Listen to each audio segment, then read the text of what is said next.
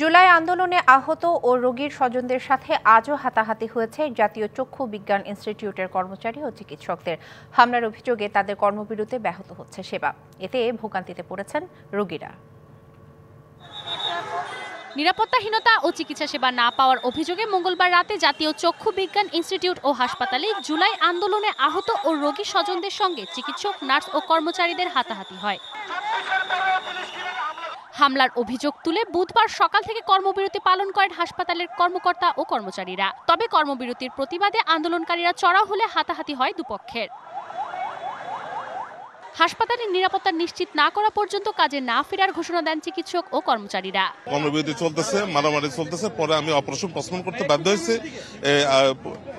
হয়েছি এবং জীবনের ঝুঁকি নিয়ে আমরা একটা রুমে অবরুদ্ধ অবস্থায় ছিলাম। উনি নাকি মোবাইলই না কিছু বলছে যে আমি আর নির্দেশ না পাওয়া পর্যন্ত কেউ কাজ করবে না। এটা আমার শোনা কথা, ডাইরেক্টর স্যার নাকি বলছে।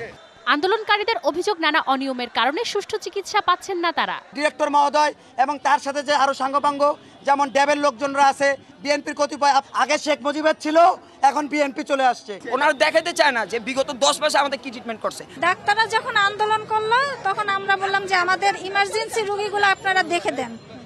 শাইনি চুলে এখন হবে সব হেয়ারস্টাইল। সিল্কোর দ্বিগুণ শাইনি চুল প্রতিদিন। এটা অনেকজন আমরা সবাই মিলে যখন বলতে লাগছি তখন স্টাফরা জনগণকে মারতে লাগলো। আমি শহীদের মা, আমি আন্দোলনকারী, আমার দুইটা ছেলে অসুস্থ, আমি আহত, তারপরেও আমরা চাই সমঝোতায় আসি।